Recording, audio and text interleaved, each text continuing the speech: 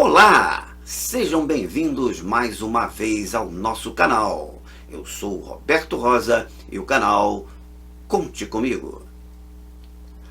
Todo cristão deve ter o compromisso de fazer discípulos.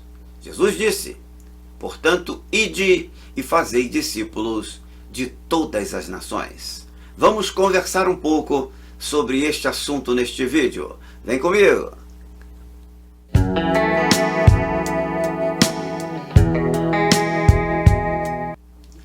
O texto que nós estamos utilizando como inspiração para este vídeo, você vai encontrar no Evangelho segundo escreveu Mateus, capítulo 28, dos versículos 16 até o versículo de número 20. Lá, nesse texto, você vai encontrar registrada a grande comissão que Jesus estabeleceu para os seus discípulos. Como discípulo de Jesus, você já é um comissionado, e esta grande comissão está descrita nesse texto. No versículo 19, mais especificamente, é que Jesus disse, portanto, ide e fazei discípulos. Isso é uma ordem, isso não é um conselho. Jesus está dando uma diretriz, uma determinação, porque Jesus tem um propósito, que é o crescimento, a expansão da sua igreja, para que a sua glória seja espalhada por toda a face dessa terra.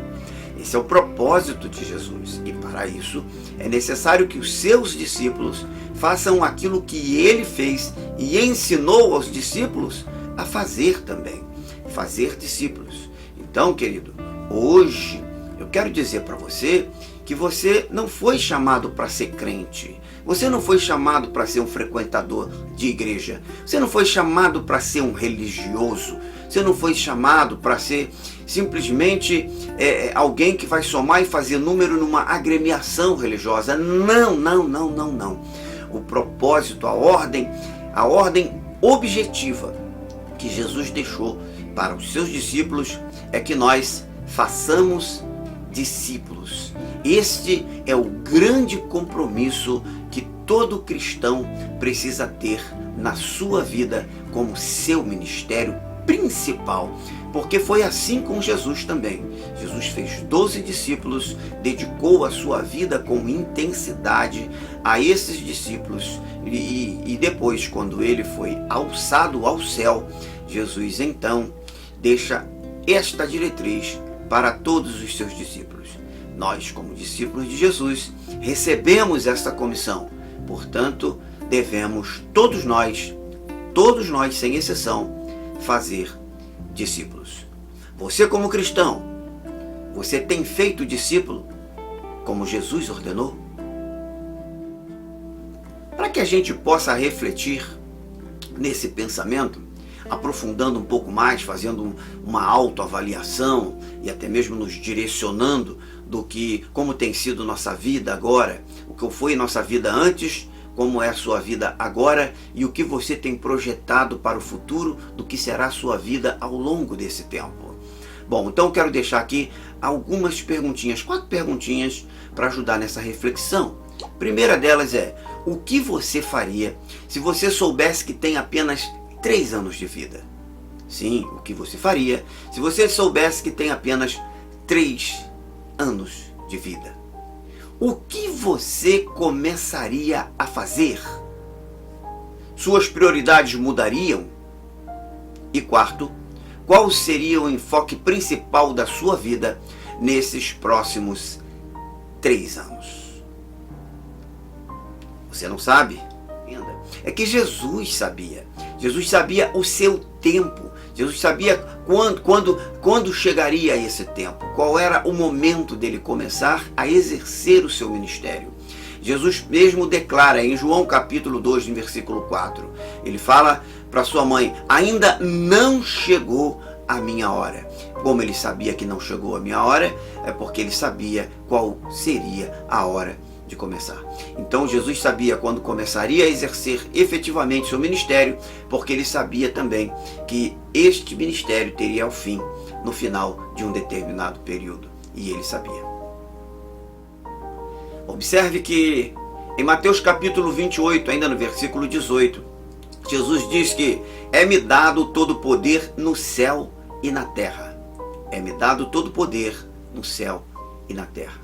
E mesmo tendo todo o poder,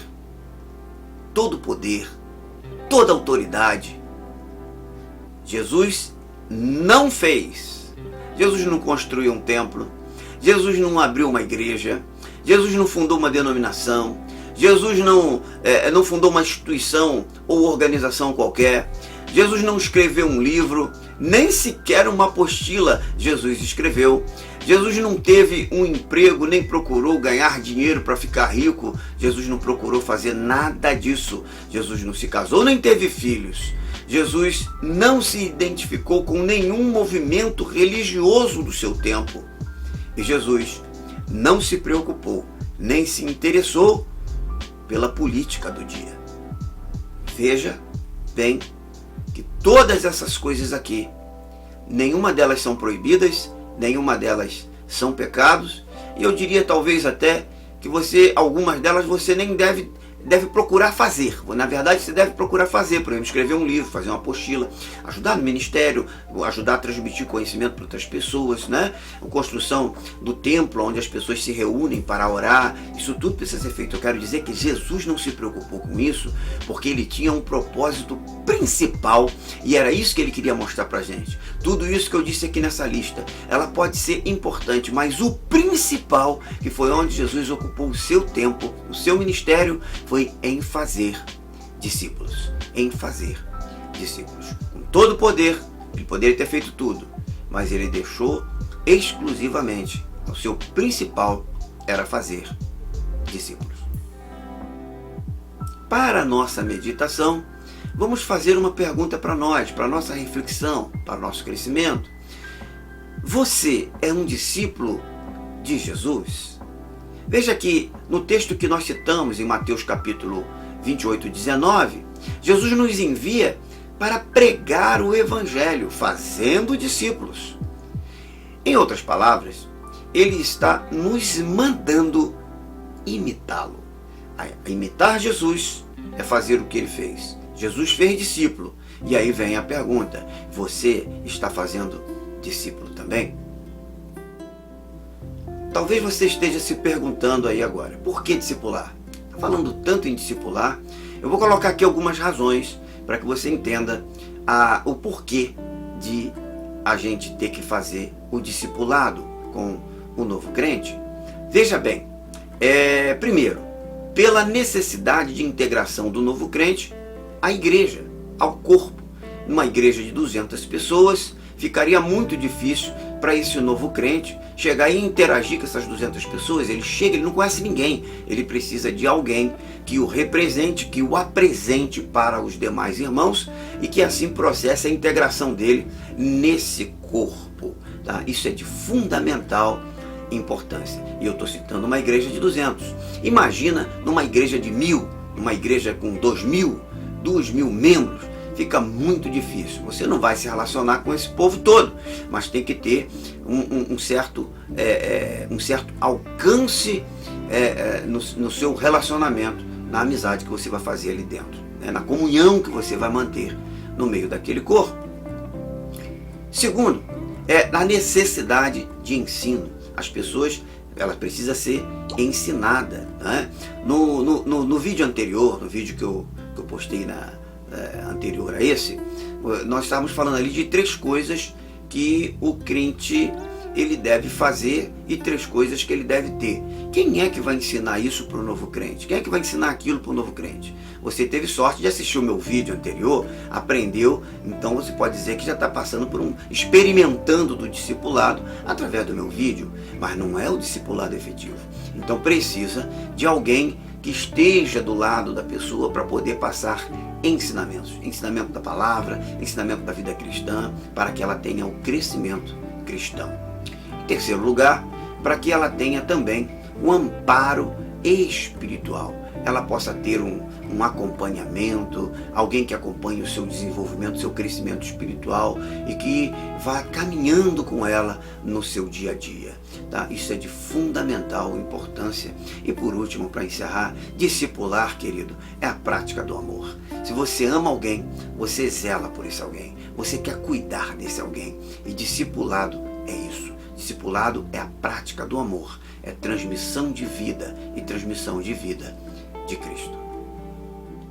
Não sei como você acha que deve ser, na prática, a vida do cristão. Mas seja como for, uma coisa não há como negar: a necessidade de se fazer discipulado. Discipulado é a essência da grande comissão de Jesus para os seus discípulos. Discipular é obedecer. Discipular é praticar o amor de Deus com o irmão. Eu fico por aqui, agradecendo a Deus e pedindo a Deus que Deus abençoe a tua vida. Muito obrigado por ter assistido esse vídeo até aqui e espero que ele seja útil para a sua vida, para o seu crescimento espiritual. E se você julgar que esse vídeo, esta mensagem, pode ser útil para alguém que você conhece, por favor, não economize. Compartilhe esse vídeo com essa pessoa. É uma prática também de amor. É uma prática de compartilhar uma palavra que nós julgamos ser boa para nós. Tá? Compartilha. E quanto a mim, se você quiser me ajudar, não for inscrito no canal, por favor, se inscreva aqui embaixo no canal e deixa aí o seu like, o seu gostei, tá? Porque isso vai nos ajudar aqui. Muito obrigado, eu conto com a sua ajuda e conte comigo.